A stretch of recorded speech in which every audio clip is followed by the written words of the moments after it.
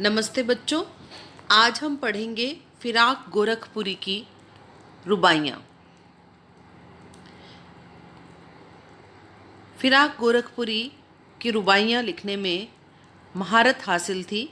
फिराक गोरखपुरी के बारे में जानते हैं। इनका प्रमुख पूरा नाम था या मूल नाम था रघुपति सहाय। जन्म गोरखपुर उत्तर प्रदेश में। शिक्षा रामकृष्ण की कहानियों से शुरुआत, बाद की शिक्षा अरबी, फारसी और अंग्रेजी में। इनकी रचनाएं थी गुले नगमा, बजबे जिंदगी, रंगे शायरी, उर्दे गजल लगोई। गुले नगमा के लिए इनको साहित्य अकादमी पुरस्कार मिला, ज्ञानपीठ पुरस्कार मिला और सोवियत लैंड नेहरू पुरस्कार मिला।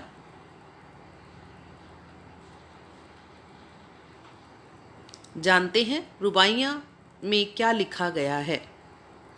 उर्दू साहित्य का एक बड़ा हिस्सा रोमानियत, रहस्य और शास्त्रीयता से बंधा रहा है, जिसमें लोक जीवन और प्रकृति के पक्ष बहुत कम उभर कर आए हैं। नज़ीर अकबराबादी, इल्ताफ, हुसैन हाली जैसे कुछ शायरों ने इस रिवायत को तोड़ा है। उनमें एक प्रमुख नाम फिराक गोरखपुरी का भी है। फिराक की रुबाइयों में हिंदी का एक घरेलू रूप दिखता है। भाषा सहज और प्रसंग भी सूरदास के वात्सल्य वर्णन की सादगी की याद दिलाता है। लौका देना, घुटनियों में लेकर कपड़े पहनाना, गेसुओं में कंघी करना, नर्म दमक, रूपवती मुखड़ा, जिदियाया बालक, रस की पुतली, ये कुछ विलक्षण प्रयोग हैं। हिंदी, उर्दू और लोक भाषा के अनूठे गठबंधन, जिसे गांधी जी हिंदुस्तानी के रूप में पल्लवित करना चाहते थे। माँ हाथ में आईना लेकर बच्चे को बहला रही है, देख आईने में चांद उतर आया है। चांद की परछाई भी चांद ही है। कल्पना की आंख का भला क्या मुकाबला। रूपवती मुखड़े पे नर्म दमक लाने के लिए छठे छमा से पर्व त्यौहार पर ही सही कुछ नन्ही फरमाइशें भी पूरी कर दी जाती हैं। दिवाली में चीनी मिट्टी के खिलौने, राखी में बिजली की चमक रहे लच्छे। रक्षाबंधन एक मीठा बंधन है।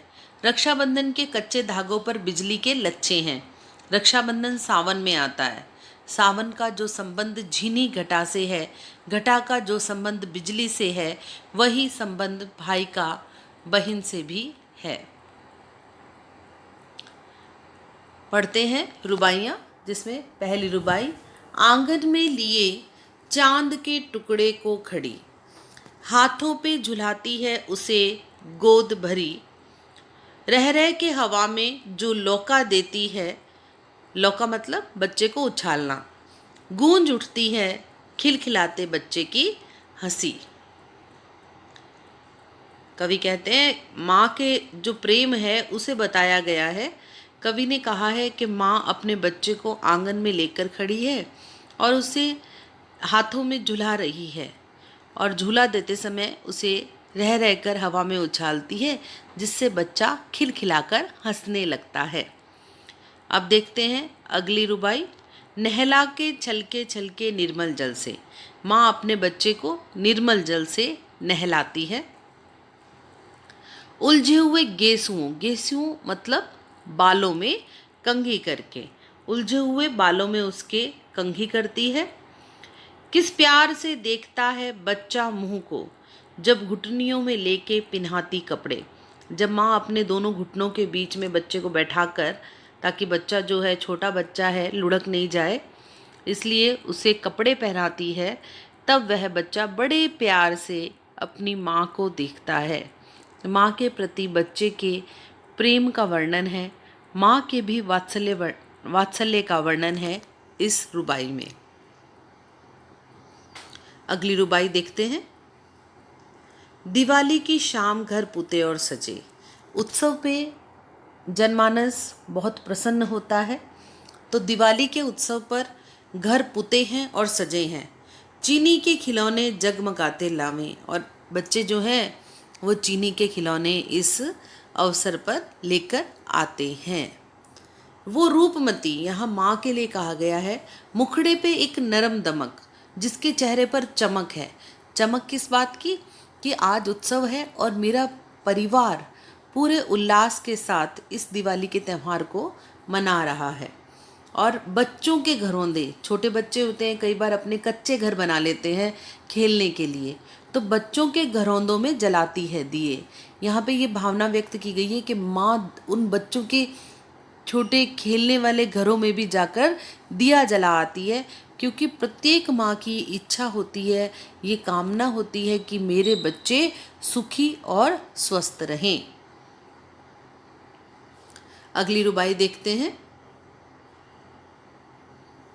आंगन में ठुनक रहा है, छोटा बच्चा है, आंगन में ठुनक रहा है, जिदियाया है, पांव पटक रहा है, जिदियाया है, जिद पर आ गया है।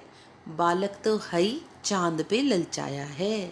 बालक, हाय बालक, छोटा सा बालक जो है वो चांद पर ललचा रहा है, यानी चांद को खिलौने के रूप में मांग रहा है। अब माँ जो है वो देखिए कैसे अपने बच्चे को बहलाती है। दर्पण उसे दे के कह रही है माँ। माँ ने उस बच्चे को आईना दे दिया है, दर्पण दे दिया है, उस दर्पण में बच्चे को चांद का प्रतिबिंब दिखाई दे रहा है। तो देख, आईने में चांद उतर आया है। माँ अपने बच्चे को कहती है कि देख, इस आईने में ही चांद उतर आया है। रक्षाबंधन की सुबह रस की पुतली। रक्षाबंधन की सुबह है जो रस की पुतली के समान है, क्योंकि रक्षाबंधन के दिन भाई और बहन परस्पर स्नेहपूर्वक सुबह जल्दी उठ करके स्नेहपूर्वक उस त्यौहार को मना रहे हैं। इसलिए वो जो सुबह है वो रस से भरी हुई है, भाई और बहन के पवित्र प्रेम के रस से भरी हुई है। छाई है घटा गगन में हल्की हल्की।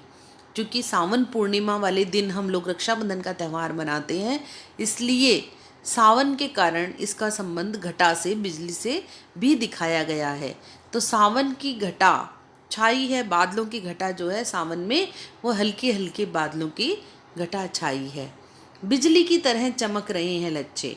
राखी में जो रेशम के लच्छे होते हैं वे लच्छे बिजलियों की तरह चमक रहे हैं। भाई के है बांधती चमकती राखी, और बहन जो है वो भाई की कलाई पर चमकती हुई राखी बांध रही है। अब देखते हैं रुबाई के बारे में, थोड़ा सा जान लेते हैं। रुबाई उर्दू और फारसी का एक छंद या लेखन शैली है जिसमें 4 पंक्तियां होती हैं। इसकी पहली, दूसरी और चौथी पंक्ति में तुक यानी काफिया मिलाया जाता है तथा तीसरी पंक्ति स्वच्छंद होती है। मिलते हैं नेक्स्ट वीडियो में नए पाठ के साथ। धन्यवाद।